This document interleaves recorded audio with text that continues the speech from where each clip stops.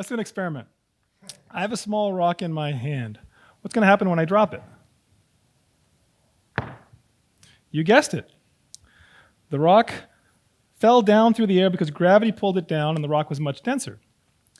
But when it hit the ground, it stopped because the ground has similar density.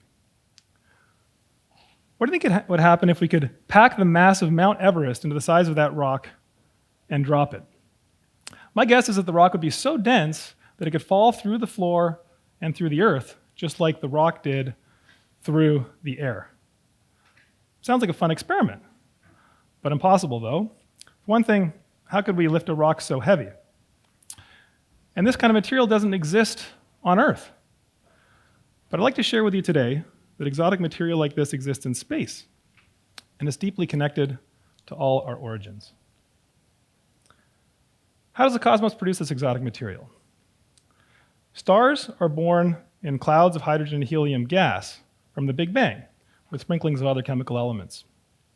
Gravity pulls these clouds together until the atoms are moving so fast that their nuclei can smash together and stick, producing new atoms with more protons in their nuclei, freshly made chemical elements. This nuclear fusion stabilizes stars, powers them, and continually produces new chemical elements in the process. Now consider a big star, more than 8 times the mass of the Sun. It dies in a supernova explosion when nuclear fusion stops in the core of the star. The unstable core of the star collapses under gravity instantaneously, forming an object so dense that a nugget of it has the mass of a mountain, a neutron star. In the process, the outer layers of the star explode into space, enriched with all the chemical elements produced during the star's lifetime and during the explosion. This image shows the aftermath of a supernova that was observed to explode in 1987 nearby.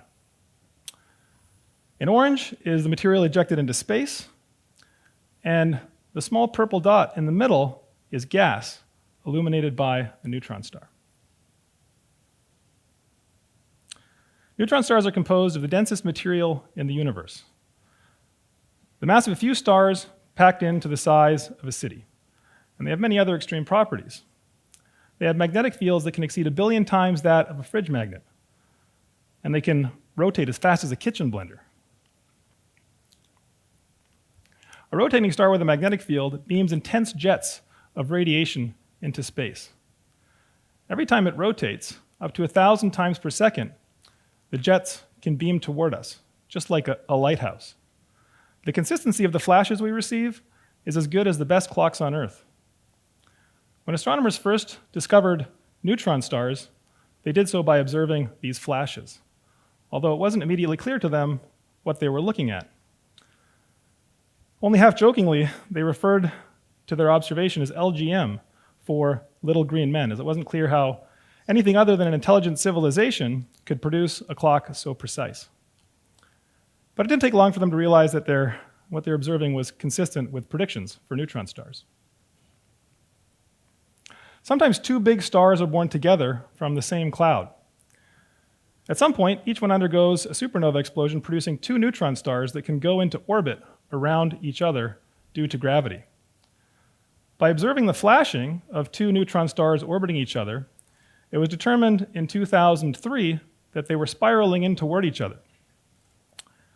This is different than the orbit of the Earth around the Sun, which maintains its distance for billions of years.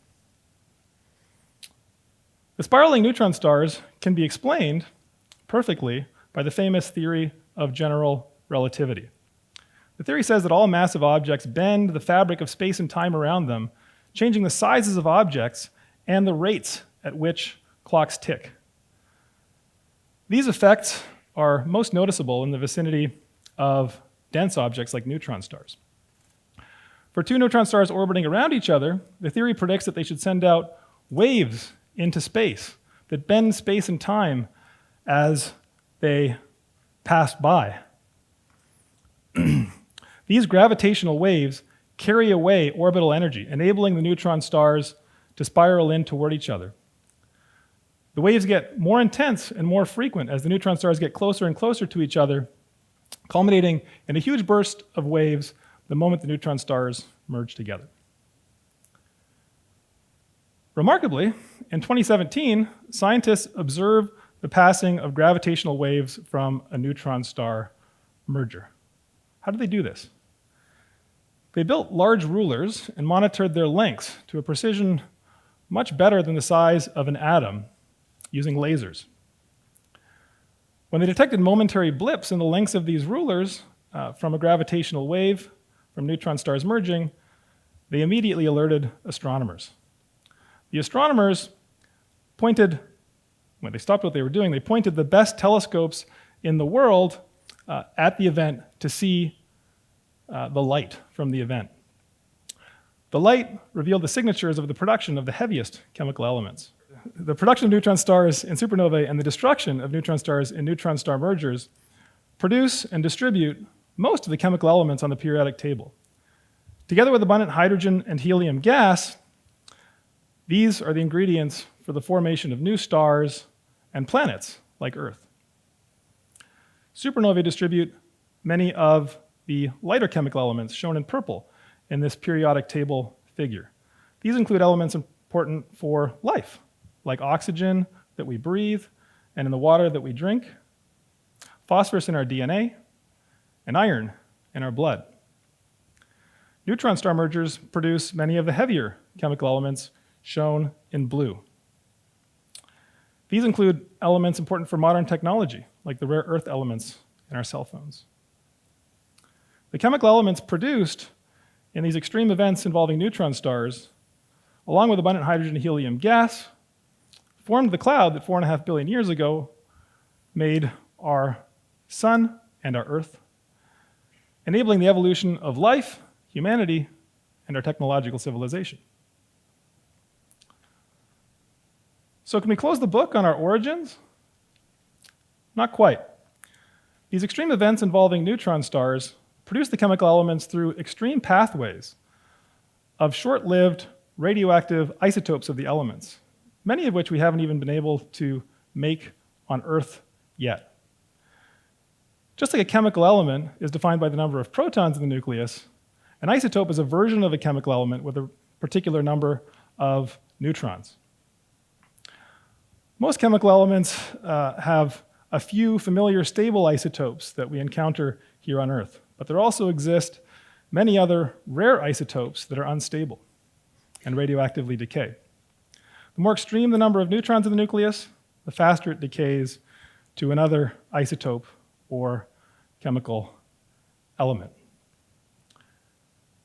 The detailed properties of these so-called rare isotopes hold the key to understanding the detailed nuclear processes that made the chemical elements in supernovae and neutron star mergers. Like a cosmic game of chutes and ladders, isotopes can transform from one to another through nuclear reactions and decays in supernovae and neutron star mergers. At this point, we have a good idea of where the game is played, but we don't even have a complete game board, let alone the chutes and ladders connecting the isotopes.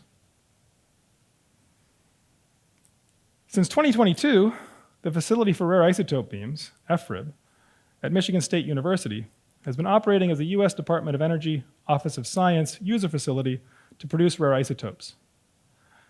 FRIB provides the rarest isotopes to a user community of nearly 2,000 scientists from around the world, including hundreds of MSU students and alumni. Anyone with a good idea for an experiment can submit a proposal for access to rare isotopes to advance human knowledge. Similar to the periodic table of the elements, the isotopes are represented on the chart of the isotopes, with one square for each isotope. This is our game board for the production of the chemical elements in the cosmos. 9 new isotopes have already been discovered at FRIB, and 480 rare isotope beams have been delivered for experiments at FRIB. But the party's just getting started as FRIB gradually ramps up its capabilities and extends its reach. In a few years' time, FRIB will be able to produce 20 times more of any isotope than it does today. EFRB is projected to produce 80% of theoretically predicted isotopes. Hundreds of new isotopes will be discovered, extending our game board. And the previously detected isotopes can be studied in more detail than ever before, along with their nuclear reactions and decays, connecting one isotope to another. The data from EFRB experiments is fed into computer models of supernovae and neutron star mergers, revealing the detailed pathways synthesizing each chemical element. The extreme densities of neutron stars enable the population of these pathways to produce the ingredients found in our relatively fluffy world. So the next time you're texting with friends or family, you can think about the fantastic origins you share with each other, or even with your phone or this rock. How the story involves materials and phenomena so far beyond our realm of common experience that they sound almost impossible. But this fantastic story is real science, with the evidence to back it up. And researchers in that big building next door, EFRB, are working to complete the bridge of data, connecting neutron stars to our origins, and each of us to each other. Thank you.